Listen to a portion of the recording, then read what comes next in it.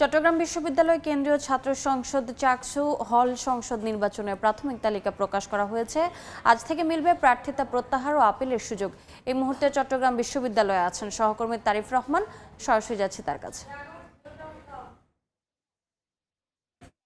চট্টগ্রাম বিশ্ববিদ্যালয়ের কেন্দ্রীয় ছাত্র সংসদ চাকসু ও হল সংসদ নির্বাচনের আজকে প্রাথমিক প্রার্থিতা প্রকাশ করা হয়েছে।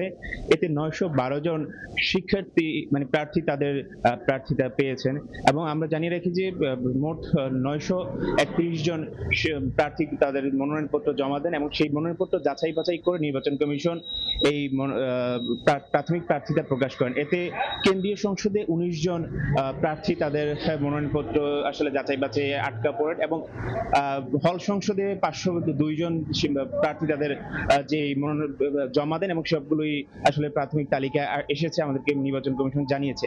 এবং নির্বাচন কমিশন আমাদেরকে আরো জানিয়েছেন যে তাদের যে কেন্দ্রীয় সংসদে 412 জন যেই প্রার্থীতা পেয়েছেন, বাকি যে 19 জন প্রার্থী তাদের প্রার্থীতা পাননি, তারা আজকে থেকে আগামী বুধবার পর্যন্ত আপিল করতে পারবেন এবং সেই আপিলের মাধ্যমে তাদের প্রার্থীতা ফিরে পেতে পারেন। এবং তারা বলছেন যে 19 জন প্রার্থী তাদের যে প্রার্থীতা আসলে পাননি, তারা খুব কিছু ছোট ছোট ভুলের কারণে আসলে তাদের এই প্রার্থীতা বাতিল হয়েছে।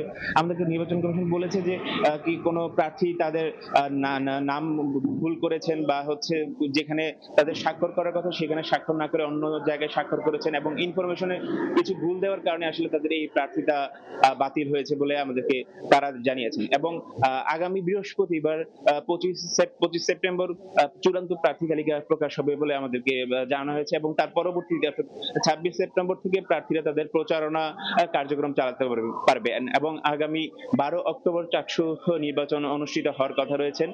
এই নিয়ে বিশ্ববিদ্যালয়ে একটি উৎসবমুখর পরিবেশের সৃষ্টি হয়েছে এবং ইতিমধ্যেই প্রার্থীরা তাদের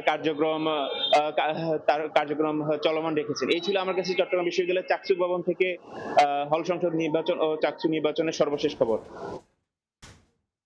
সরাসরি যুক্ত ছিলাম চট্টগ্রাম বিশ্ববিদ্যালয়ে।